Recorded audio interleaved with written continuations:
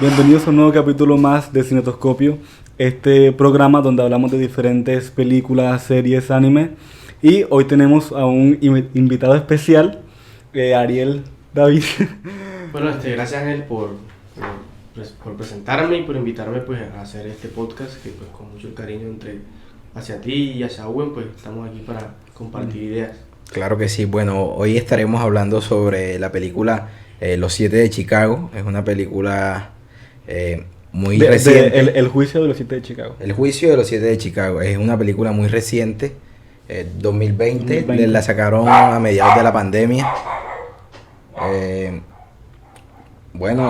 Esperemos que tengamos una buena conversación acerca de esta maravillosa película. Sí, hay que iniciar hablando de que esta película salió en plena pandemia y que es una película que está basada en hechos reales, que fueron los hechos que ocurrieron en el 68 y que la parte del guión y la dirección se le atribuyen al grandiosísimo, y me pongo de pie, pero solamente lo voy a decir porque no lo voy a hacer porque la cámara no lo captaría, Aaron Sorkin, que es un escritor que ya es mundialmente conocido por una película que se llama La Red Social. Estamos hablando de la que es la segunda película de Aaron Sorkin en la parte de la dirección, porque pues él es como estos escritores que siempre han escrito películas, pero que ellos nunca las han dirigido, y esta es la segunda vez que él se somete a la parte de la dirección. Ya lo había hecho con una película que se llama Molly's Game, que es una película como de póker, así como de apuestas,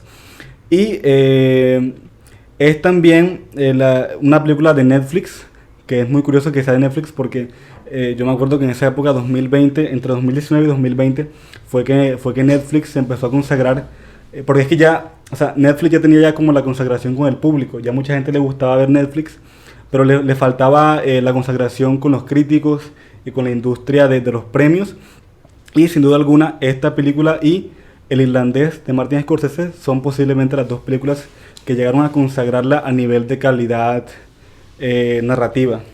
Hay un hecho interesante aquí, es que la película originalmente no iba a ser de Netflix, iba a ser de Paramount Channel.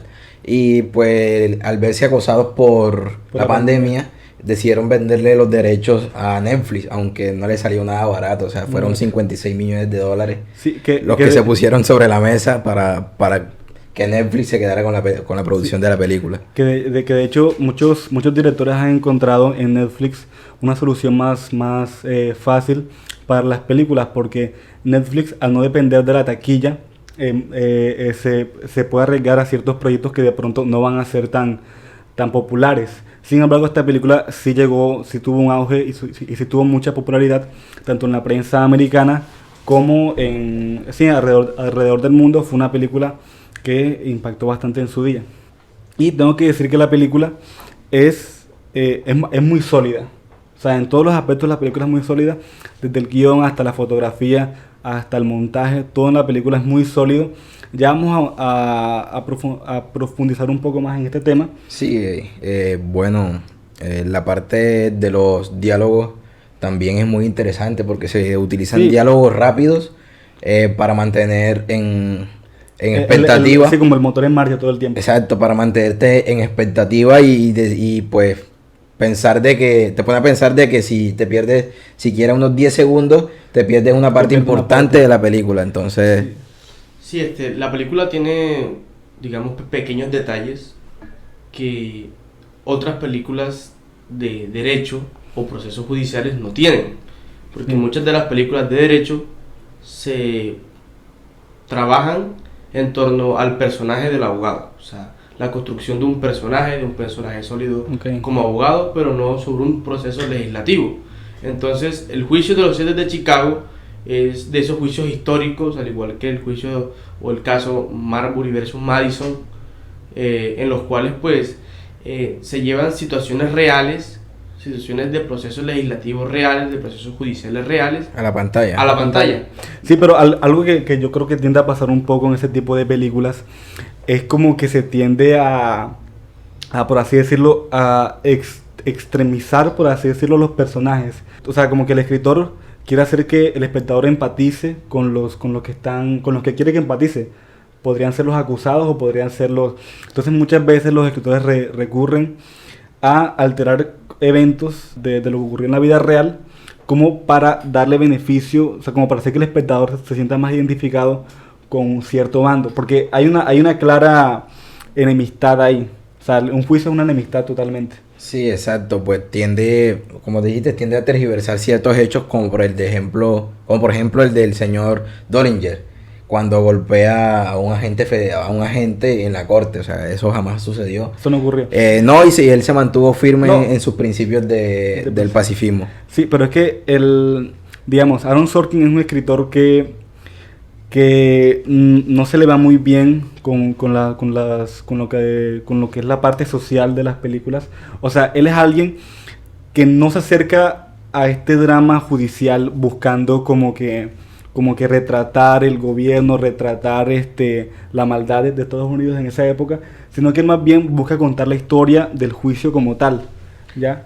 Sí, se enfoca más que todo en lo que es el proceso judicial, como le decía Ariel. Pero en una parte de la película, digamos que se despega de esa parte, digamos, neutral del guión, porque se muestra como un favoritismo hacia los acusados y hacen ver a un presidente bastante acorralado, de tal manera que, pues, usando sus facultades del ejecutivo para llegar a manipular, pues, entidades como la Fiscalía o la Fiscalía General en Estados Unidos.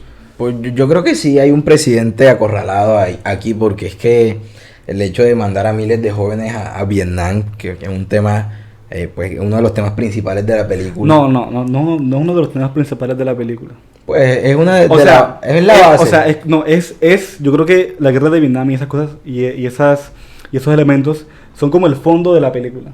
O sea, son como que las cosas que están en segundo plano, pero nunca se llega a profundizar realmente en esto. Porque, bueno, o sea, lo que pasa es que Aaron Sorkin, él es más que todo un dramaturgo. O sea, sí, exacto. O sea, cuando él hizo la red social, a él no le interesaba contar la historia del impacto que ha tenido Facebook a lo largo de la historia, sino que a lo que le interesaba era contar la historia de Mark Zuckerberg y de la relación de él con su mejor amigo. Okay. Bueno, yo considero que de pronto la película se trabaja en torno al problema jurídico, que como tal fue la marcha, la manifestación. Los delitos porque que se le acusan a los 7 de Chicago. Sí, porque que de fondo existe la guerra de Vietnam, motivo de la marcha, es el sustantivo o el sustento de la marcha. Exacto. Sí, o sea, sí hay una cierta visión por parte de Aaron Sorkin, pero yo creo que él no se mete de lleno como lo hace otras películas. Obviamente no se mete de lleno en lo que es la guerra de Vietnam, pero sí lo enfatiza desde el principio, o sea, con esa escena principal.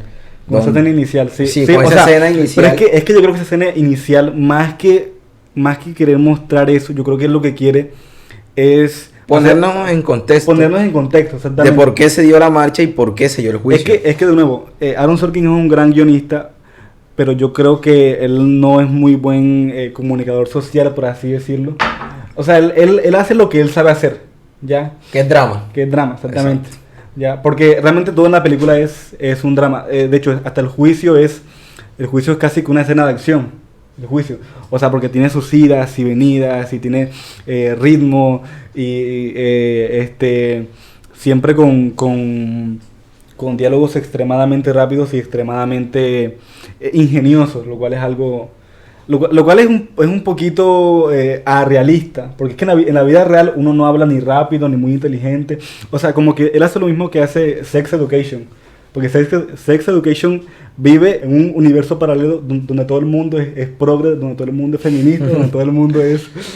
Pero, y Aaron Sorkin crea un mundo paralelo donde todo el mundo es inteligente y todo el mundo habla sobre elocuente. Yo sé que estamos rodeados de abogados en la película y se puede más o menos explicar por ahí, pero Abby Hoffman o los manes que están ahí no tendrían por qué ser inteligentes y aún así lo son extremadamente.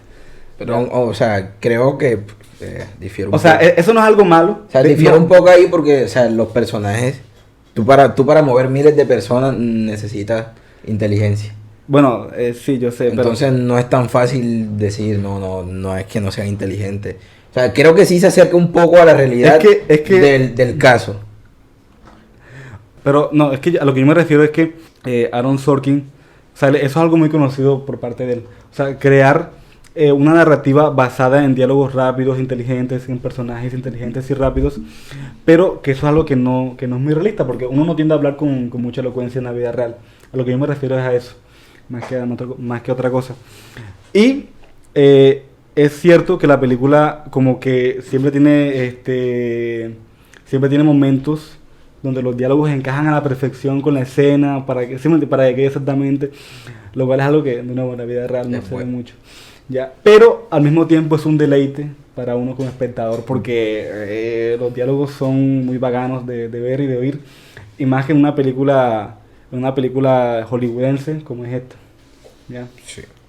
Ahora bueno, retomando lo que es las bases de esta película, la película se ambienta en los años 60, ya todos sabemos los años 60.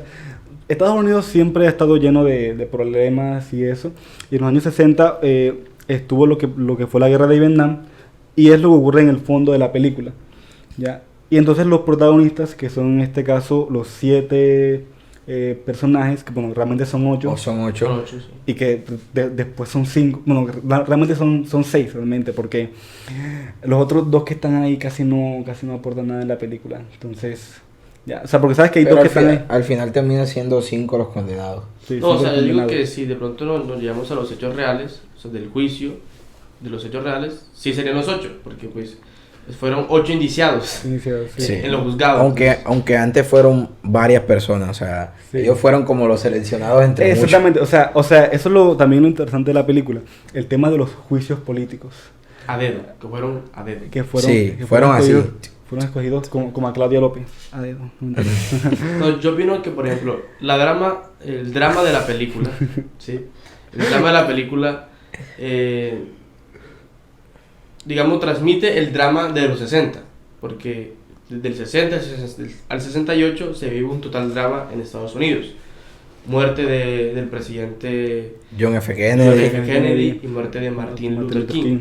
Entonces, digamos que son todo ese resentimiento social de un pueblo negado, de un pueblo que pues, digamos, es discriminado por su color de piel. Y claro, el estadounidense, digamos, de bien, podremos decir que tiene un resentimiento hacia la clase negra, hacia las negritudes.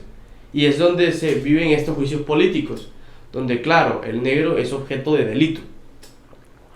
De hecho, en la película, yo no sé si hubiera aquí una crítica al racismo, pero sí o sea, es evidente que este personaje, que es el juez, que es casi como que el antagonista de la película, ¿no? O sea, él es como el que representa El el poder gobierno. oculto del gobierno.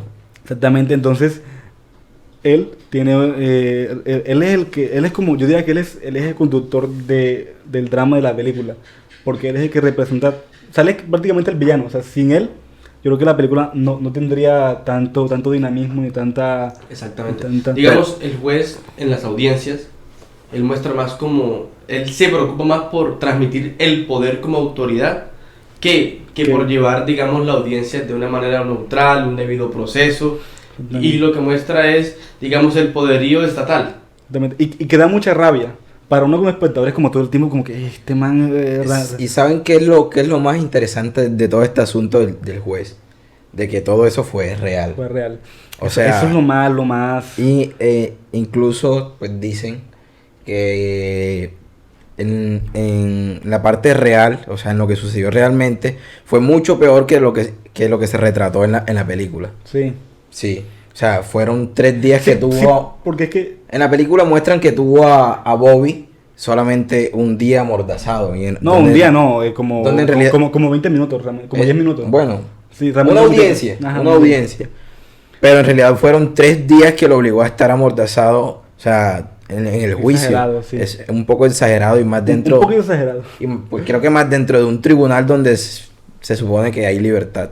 No, pero y además si tú te das cuenta, Aaron Sorkin como escritor, que es muy buen escritor, ya nunca me voy a cansar de decirlo, él es muy bueno dándole matices a los personajes, porque acá ningún personaje, o sea, sí hay un cierto extremismo por parte del juez, pero es verdad que él no es como que es ultraderechista o ultraizquierdoso. O sea, él no muestra a los fiscales o a todo el mundo, o sea, los trabajadores del gobierno también son personas. Obvio. ¿Ya? Y muestra, por ejemplo, a esta mujer como también como una persona capaz de reflexionar, capaz de... O sea, a la muchacha esta que se enamora del man que estaba con Abby. Bueno, ella también como que en parte de la película también muestra que ella quiere ser... Demuestra un cierto respeto hacia la revolución. Exactamente. Entonces, como que Aaron Sorkin no hace que todos sean negros y blancos, sino que sean grises. En el sentido de que no... Yo creería que el juez, digamos, entrando a la personalidad del personaje, ¿sí?, busca ser disimulado. Porque obviamente desde su calidad de juez, él no va a ser arbitrario o demostrar ser arbitrario. Que tal vez en muchas partes del juicio, él se hace ver como que es opositor a la clase racial, pero no lo demuestra así. Exactamente, no es que a lo... viva piel, porque luego entonces...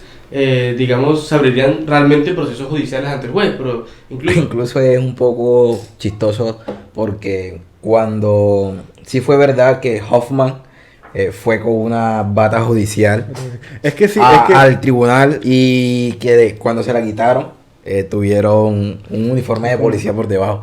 Así fue verdad y fue un constante, o sea, fue constante lo de las vestimentas. Sí. Ellos sí iban vestidos de rockero, de todo lo que no le gustaba al juez.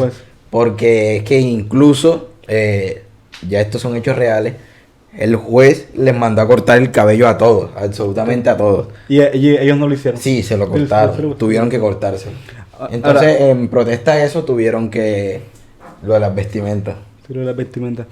Pero yo no sé si de pronto esta vaina entre Tom Hayden y Abbie Hoffman, o sea, Tom Hayden es el man de... El que hace de Stephen Hawking, ese man, ahora mismo no me acuerdo el nombre, bueno. ¿Sabes quién es? No, tampoco sé. el que hace de Animales Fantásticos. Ah, ok. ya sabes cuál es ya.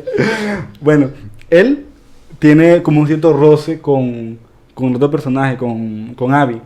Pero yo no sé si, o sea, Sorkin una vez dijo en una entrevista que él había entrevistado o sea, que él había conversado con Tom Hayden y que Tom sí tenía ideas contrarias a las de Hoffman. Pero yo no sé si este roce realmente ocurrió en la vida real. Sí ocurrió. Sí ocurrió, los dos tenían personalidades totalmente distintas o pensamientos totalmente distintos acerca de lo que era la revolución. Tom Hayden era un poco más democrático, un poco más racional, por decirlo así, y Hoffman era un poco más violento. Pues vimos ahí unas escenas donde nos estaban enseñando a hacer bombas Molotov, que por eso es muy interesante. Sí, pero y es muy curioso porque Aaron Sorkin lo deja claro desde el principio. O sea, en la primera escena, la primera vez que vemos al personaje de Tom Hayden, lo vemos dando una clase en como una universidad, algo así. Y luego pasamos a los otros personajes y el otro man está dando una charla en un bar como comediante. Y luego el discurso de que si nos atacan, pues no estamos con los brazos cortos. Sí. También podemos responder. Y luego llegan a la clase de donde están haciendo las bombas. Las bombas, exactamente. O sea, como que Aaron Sorkin construye desde el principio los personajes y marca esas tensiones. Esos contrastes, muestra esos contrastes entre los personajes. Y lo mismo pasa también con el personaje del fiscal, que también es como más humano, porque él, a pesar de estar del lado... pues sí, de los fiscales, o sea, de estar de parte del gobierno, aún así sí siente empatía por lo que hicieron los... Lamento decepcionarte, pero es que esa vaina solamente ocurre en la película. Bueno, porque el fiscal en realidad sí iba con todo contra ellos y hacía acusaciones muy fuertes, sí. O sea, era real eso. No es como nos lo pinta Aaron Sorkin de que hay el personaje bonito, que sí él sabe que está haciendo mal, pero no puede hacer nada porque tiene la mano opresora arriba de él, ¿no? Sí, pero de nuevo, dramáticamente hablando, eso queda espectacular. Queda perfecto. Claro que sí. Porque luego es él quien luego le pide al juez que quite al negro de la... al negro, que quite a Bobby de la... Del juicio, la o sea, maldad, que le haga un juicio aparte, claro que sí. exactamente, entonces él Lo hace ver un poco humano. exactamente, o sea, como que Aaron Sorkin hace esto no para pegarse a la realidad, sino para estar todo el tiempo contando un trama más interesante, más intrigante y que funciona mejor. Ahora, otra cosa que esta película tiene muy interesante es el tema del montaje, porque la película hace algo que es hacer un montaje paralelo, ya, o sea, la película te muestra diferentes cosas al mismo tiempo. Por ejemplo, las escenas de las marchas son como flashback, porque te damos, o sea, un personaje dice una cosa y luego te la muestran, ¿ya? Y ahí así hay un crescendo en la película. Hay una escena que es una de mis favoritas y la escena en la que están de día y hay una disputa en el parque y luego que el man ese grita todos a la colina, algo así. Y es muy bacano porque es una escena que va como creciendo, que va como que y un tipo gritó y después la cámara pasa a otro y un tipo, o sea, ¿sí me entiendes? O sea, como que todo el tiempo esta conversación va a ser como que una decepción para ti porque, o sea, eso nunca pasó, tampoco pasó. tampoco pasó, o sea, ellos ya estaban en la colina. Sí. Y luego la policía llegó, sí. No pasó eso de que la policía ya estaba rodeando la estatua. No. Ellos pues ya estaban ahí y luego pues sí llegó la policía. Uy, no. Entonces, esa escena Aaron que tanto Sorkin, te gusta. Aaron Sorkin, ¿qué estás haciendo? Es que de nuevo, yo creo que por más que Aaron Sorkin quiera decir que él, porque pues tú puedes ver las entrevistas, él como que quería supuestamente reflejar ese drama que ocurrió en esa época para la gente de hoy en día. Y en parte sí lo refleja porque esta película se lanzó en el 2020 y se lanzó por la época que ocurrió lo de George Floyd y esa vaina, y por eso yo creo que la película también resonó bastante. Pero yo creo que la película es completamente una película de aventuras. O sea, es una película de un personaje contra un villano, y que el campo de batalla es el juicio, realmente. Sí. Bueno, para mí es algo que a mí sí me pareció muy interesante de la película, es el personaje del negrito. De Toby. de Bobby. El rey de las panteras negras. Ahí, Aaron Sorkin hace un uso muy inteligente de las formas de escritura. O sea, yo creo que esta película, los nuevos escritores que la vean, o bueno, alguien que quiera escribir cine que la vea, debería prestar atención a ciertos detalles que se manejan desde el guión y no, o sea, es muy interesante cómo Sorkin desde el guión ya está montando la película y ya está dirigiendo la película. Porque, por ejemplo, hay una escena en la que me parece una de las mejores escenas de la película, y es la escena en la que se muere Fred Hampton, algo así, que como que al principio inicia como que con un plano calmado del personaje en su cama, luego una llamada telefónica y empiezan cortes de imágenes, ya, pero son imágenes como que más o menos te dicen, uy, aquí pasó algo, pero Policía no, sacando un cadáver. no, pero no son como imágenes que dicen, aquí pasó algo, pero no te revelan toda la imagen, o sea, no te dicen exactamente qué pasó. Luego ya es que sí comienzan imágenes que sí muestran a los policías, imágenes más violentas, y termina con un plano excelente, que es el plano en el que, o sea, la cámara hace como un paneo, bueno, más bien es un traveling, está en un punto, así está viendo al público del caso, y se echa hacia atrás, y luego muestra a Bobby, pero entre medio muestra la silla vacía de Fred Hampton. O sea, como todo el tiempo diciéndole al espectador, se murió el mejor amigo de Bobby. Otro muy interesante del cual también me gustaría hablar es el que en esta parte yo sí creo que él se metió un poquito en el tema de dar un discurso político, y es la escena en la que los tiran por la ventana. ¿Ya? Muy bacano porque él dice, el personaje de Abby dice, dentro del bar eran los 50, afuera estaban ocurriendo los 60. O sea, como diciendo, esta gente que está en este bar es incapaz de ver la realidad que está afuera. No, y le agregaba, y con la vista para quien quisiera ver. O sea, con O sea, el panorama para quien quisiera o sea, ver. el que quiera ver la realidad en cualquier momento es capaz de verla. Puede verla, exacto. Exactamente. O sea, ese es el único momento en el que yo digo, bueno, ahí Aaron Sorkin sí está metiéndose dando un discurso político realmente. En esa escena y en otra escena, que es la primera escena realmente. Bueno, es como, más bien es como la segunda escena, que es la escena en la que van a la casa del presidente y la secretaria le dice, es un momento histórico. Y uno pensaría, ¿por qué es un momento histórico? ¿Porque acabó la guerra de Vietnam o por algo parecido? Pero no, es un momento histórico porque están cambiando la foto de que está en el despacho. O sea, como diciendo, a esta gente realmente no puede ver lo que es realmente importante en este país. ¿Ya? Entonces yo creo que por parte de Aaron Sorkin usa esos dos recursos como dando también un discurso. Pero son los únicos momentos en que hace eso. Pero también es cierto que él hace otra cosa. Y es en esta escena en la escena que hace en la escena que están entrando a ver a Michael Keaton, que es otro personaje que antes era el fiscal general. Ya, en esa escena, yo me acuerdo mucho que ellos antes de entrar miran un carro. Del gobierno. Miran un carro del gobierno y quitan como la shh. O sea, es como muy genial porque le dicen directamente al espectador, aquí vinieron otras personas por parte del gobierno y enseguida el personaje lo menciona.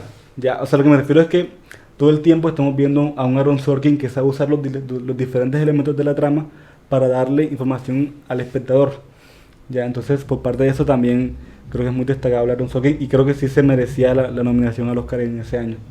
Ya, por ese magnífico guión. Ya. Sí. Y las manifestaciones, o sea, las escenas de las manifestaciones también son muy... o sea, son muy bacanas como... De hecho, una de las escenas que sí fue real de las manifestaciones fue cuando fueron a sacar a Tom Hayden de la cárcel. Sí, o sea, casi más de 300 personas, más de 500, no sé bien el número. Sí siguieron a Hoffman hasta la comisaría para sacar a Tom Hayden. O sea, el poder de las ideas. De las ideas, Que eso es algo que también habla un poquito de la película. Ahora, antes de entrar a ese tema, que también es interesante, yo no sé si tú más o menos sabes más del tema, tú más o menos conoces algún caso parecido acá en Colombia. Bueno, acá en Colombia, frente al tema de las manifestaciones, te aseguro que habrá muchos casos. Sí, no te voy a hablar tal vez con personajes o casos donde hayan, digamos, personas capturadas, sino muertas. El reciente paro nacional. Okay, sí. El reciente caso de Dylan, el reciente caso de Lucas, y que luego de eso inculpan a los primeros que encuentren. Pasa aquí y pasa en Colombia. Digo, pasa en Estados Unidos y pasa en Colombia. Bueno, lo que pasa es que yo no me refería tanto a eso, sino también a los juicios políticos. Te tengo uno, Sí. y te va a encantar, les va a encantar. El caso de la EPA Colombia. Es un caso inminentemente similar, porque, digamos, se aprovechan de la imagen, de la fama de una mujer que solamente por delinquir, obviamente no se le puede aplaudir este acto porque incita a la violencia. Pero el acto que hizo fue... Pero algo... es un juicio político. Es Sí. un juicio político. O sea, es un juicio... Finalmente tú te das cuenta que cuando pasa el juicio se busca nuevamente aprovecharse de la imagen de la EPA Colombia. O sea, a él lo que importa no es tanto proteger las leyes o proteger la sociedad, sino más bien proteger ideas, bueno, más bien proteger un gobierno o una forma de pensar, que sería en este caso la derecha. No tanto la derecha, es esa derecha. Esa derecha. Sí, la es derecha. proteger un sistema. Digamos, eso seguirá pasando por los siglos de los siglos, siempre que el Poder Ejecutivo ponga a los fiscales. Porque es que, ojo, la Fiscalía no ejecuta. La Fiscalía solo acusa. Pero entonces, como hay tantos fiscales vendidos que en vez de buscar el mal menor al acusado, lo que hacen es apoyar al juez frente a decisiones arbitrarias que buscan es mejorar una imagen del gobierno políticamente hacia un pueblo que está pendiente de ese caso. Ok, está bien. O sea, lo que importa es más bien la imagen, no tanto Exactamente. lo que realmente debería importar. Sí, porque en realidad si una persona que no tiene la misma fama que ella, que no tiene el mismo alcance en redes, que Hace ella lo mismo. hace lo mismo, quizás pues no lo persiguen tanto y simplemente pues dejan ese proceso así porque es un don nadie y no le importa a nadie en realidad. Exactamente. Entonces, como ella tiene un alcance pues muy Amplio. amplio en las redes sociales, que está dañando el Transmilenio, venga mamita. Vamos a empapelarla hasta que ya usted no pueda más y tenga que arrodillarse aquí y tenga que rogarnos. Y realmente fue lo que pasó. Y realmente fue lo que pasó, o sea, salió... O sea, son casos más o menos similares. Sí, pero en donde no gana la justicia, en donde gana quien en realidad pues debe ganar aquí en Colombia, y se supone. No, pero también es interesante porque, o sea, hay una parte que, o sea, bueno, hay no sé, una frase que me gusta mucho de la película, que yo creo que resume en parte el propósito de los personajes. Y es que cuando ellos dicen, a nosotros no nos encarcelaron por lo que hicimos, por el delito que cometimos, Sino por quienes somos, ¿ya? Entonces, o sea, como que es una frase muy parecida a la que dice una canción de Pulp que se llama Misshape, en la cual la canción dice, no vamos a usar bombas, ni vamos a usar armas, vamos a usar aquello único que nos queda, nuestras mentes, ¿ya? Lo cual es muy, muy interesante, porque a fin de cuentas, lo que la ley protege en esta película hay una ley que se inventó, yo no me acuerdo exactamente para qué era, pero la ley que se usaba en el juicio se inventó para proteger, o sea, para hacer que las personas no puedan traspasar ideas de un estado a otro. Y O sea, se creó especialmente pues para lo que es el racismo y la trata de Sí, ¿verdad? esclavos. ¿No? Era para eso. Y finalmente es una ley muy medieval. Muy medieval. Porque lo que te están haciendo es diciéndote eres un hereje. Es muy medieval dicha ley. Incluso, mira, tú ponte a pensar, si el juez realmente fuera neutral, esa ley no sería aplicable. Porque en un Estado social de derecho siempre se busca... O sea, si no se puede evitar la pena, se busca el mal menor. En la película lo que se buscaba era el mal mayor. El mal mayor, exactamente. Estaban buscando una condena de 10 años Una de 10 para años. los pobres. Para Sí. los pobres. Sí. Bueno, Al final le terminaron dando 5 años a cada uno, pero la condena fue suelta por la corte. Entonces ninguno pagó Claro. pagó No. cárcel, y tampoco por los desacatos de que hubo en el tribunal. Ninguno pagó nada. Entonces, Ninguno pagó. sí, todo el mundo fue absuelto. A mí sí me gustaría resaltar una frase. Y ojalá me ayuden a terminarla. ujú. Que es cuando un personaje, no soy bueno con los nombres, dice lo siguiente: estamos en las instituciones del gobierno, que son las más hermosas, las más majestuosas. Sí, las más bellas.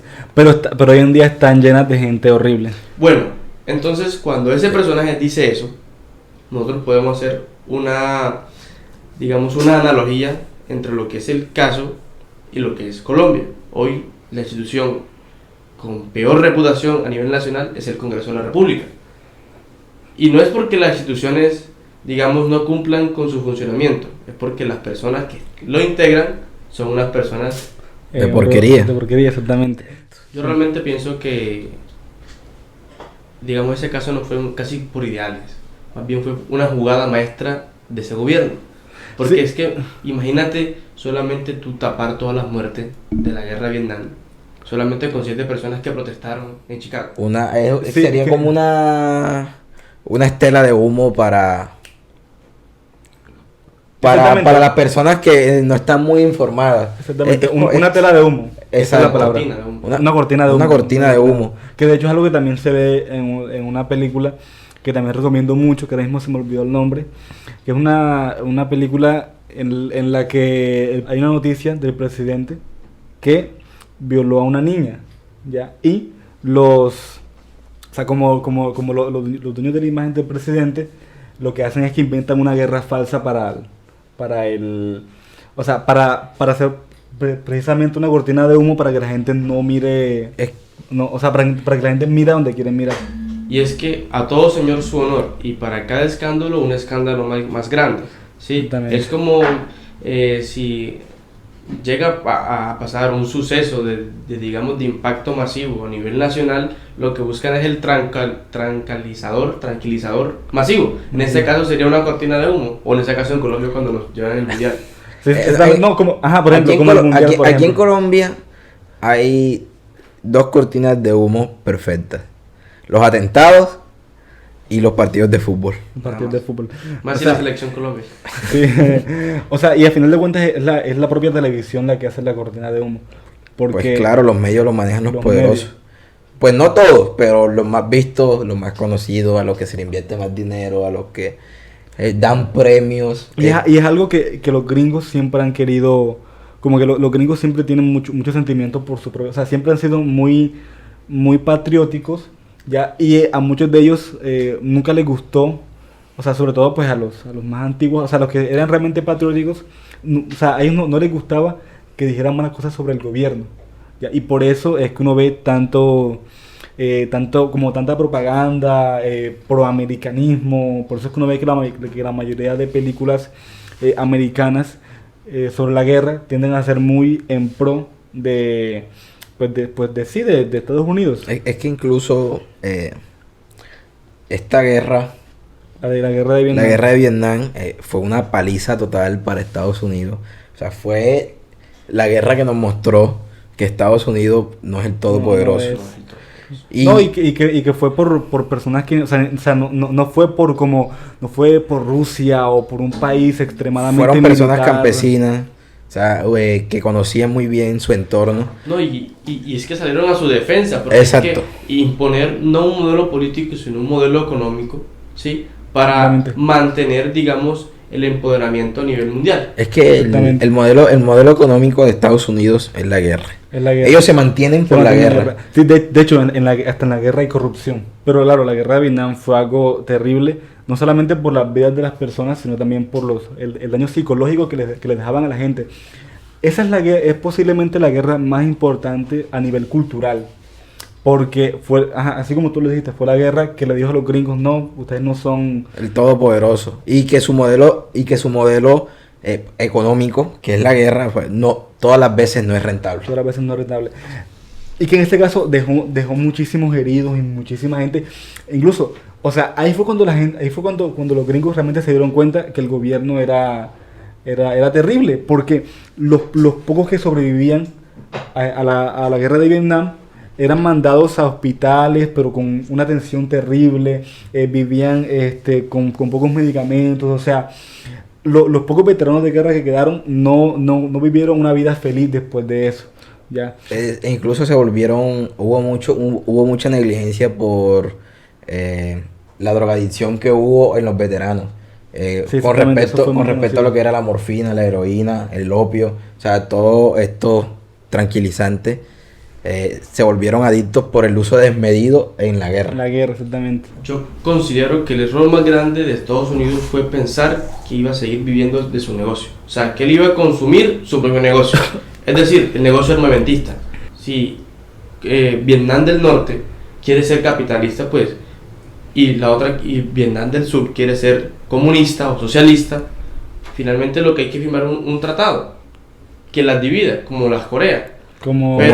Pero recordemos que venderle armas a Vietnam del Norte, y claro, se encontró militarmente un terreno no llano, porque las tropas norteamericanas están acostumbradas a que solamente pueden hacer intervenciones militares, digamos, entrenadas o acostumbradas en Estados Unidos, que es la mayor, es desierto. Es plano.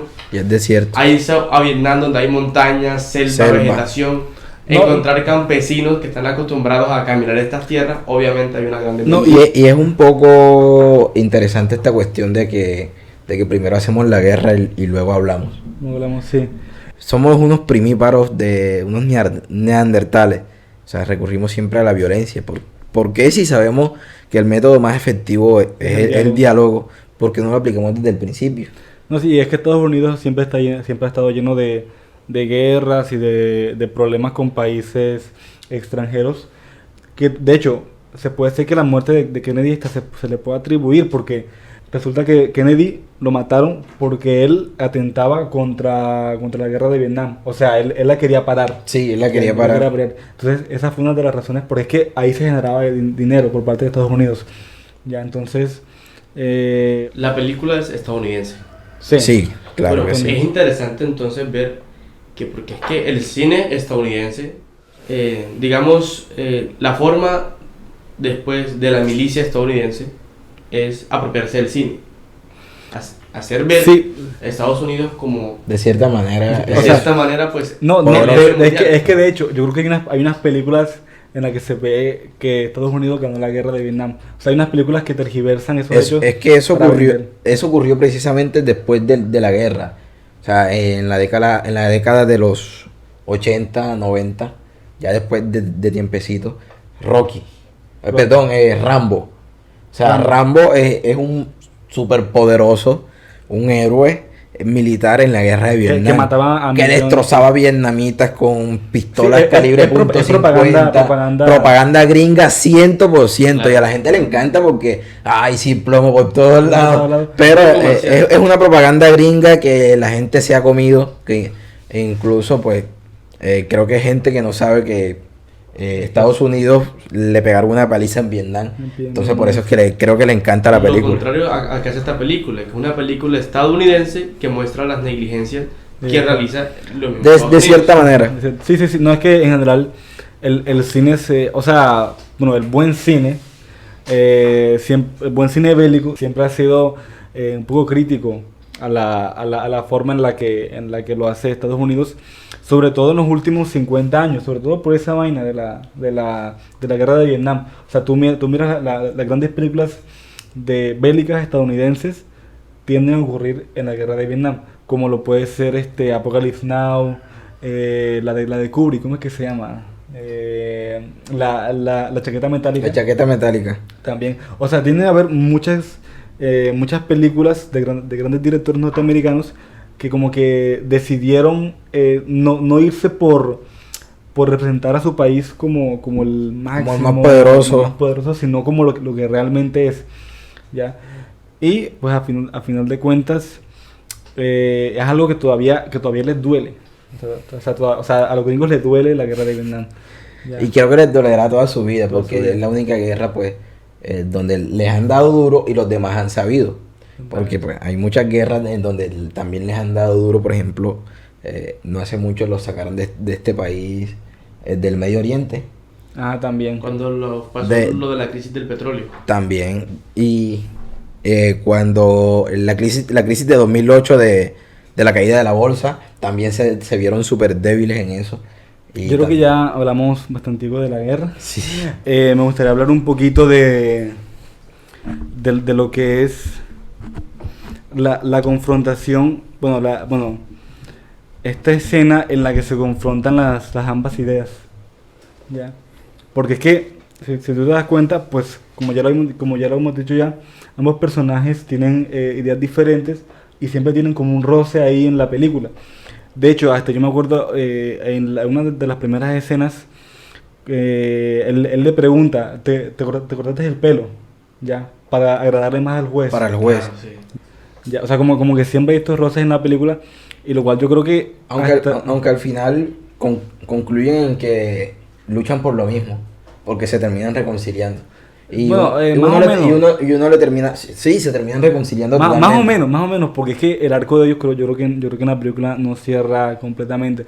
O sea, yo siento que como que Aaron Sorkin saque como una carta mágica ahí al final, como que, mira, pero este personaje también es inteligente, porque tú ves que Abby en la película es como que, o sea, como que siempre es el que hace los chistecitos, siempre Pero, es gracioso. pero es el de los chistes inteligentes, porque fue quien se dio cuenta de que los estaban enjuiciando por ideales políticos. Y lo mantenía, o sea, creo que lo mostró inteligente pero terco.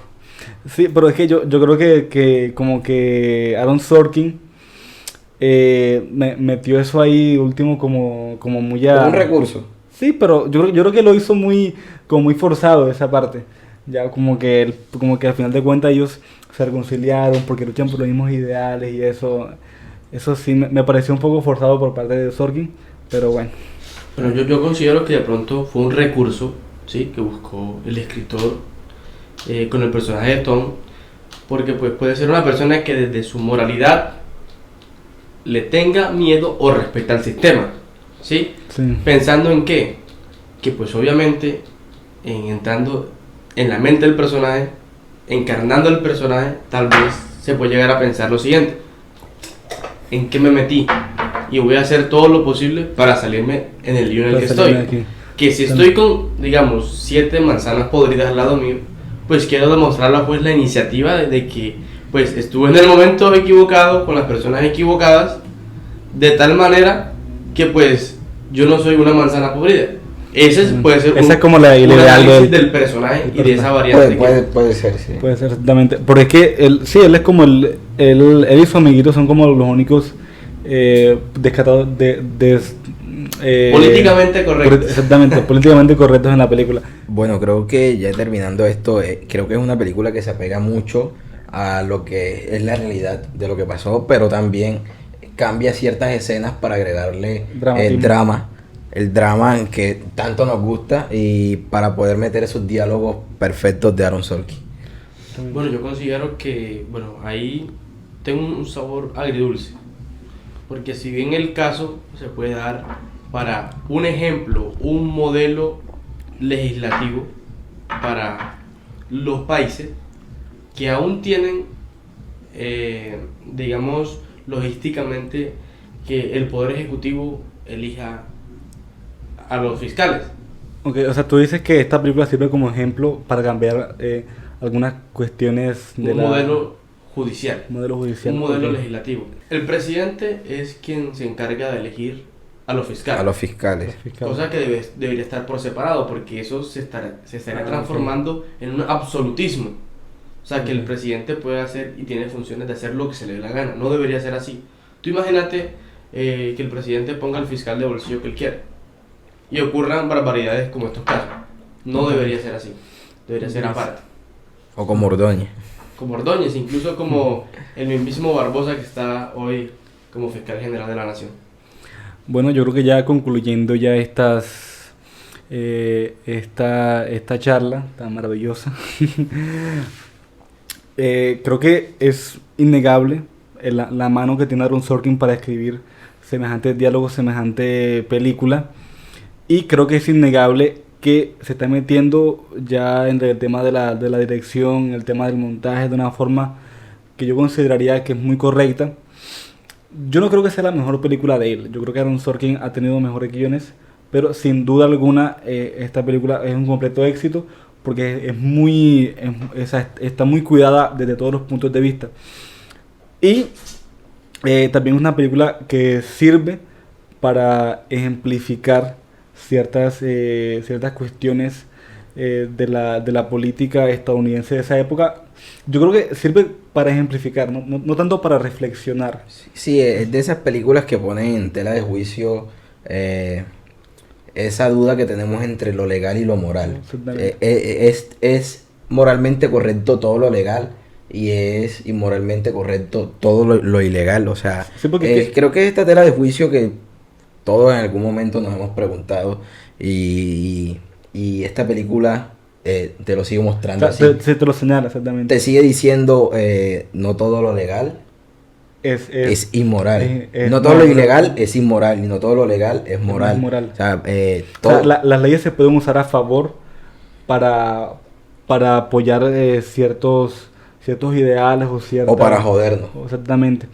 Ya, entonces, sí, la película es capaz de mostrar todas estas cuestiones. Bueno, no cabe recalcar que muchas gracias, Ariel, por estar aquí, pues tomarte el tiempo de venir a hablar un poco con nosotros sobre esta maravillosa película. Sin duda, te agradecemos de todo corazón que hayas venido. Y bueno, hasta aquí llegamos en el capítulo de hoy. No olviden suscribirse y darle like. Sí, y no olviden dejar alguna película o lo que sea que quieran que analicemos. Y bueno, la próxima vez creo que vamos a hablar de Death Note, que es una serie que es completamente ajena a esto que estamos hablando ahora mismo. Completamente Pero al sí cine, pero es muy interesante porque También habla un poquito de temas morales. de temas morales, sí. Entonces, nos vemos la próxima semana. Hasta la vista. Ya, Listo. corta.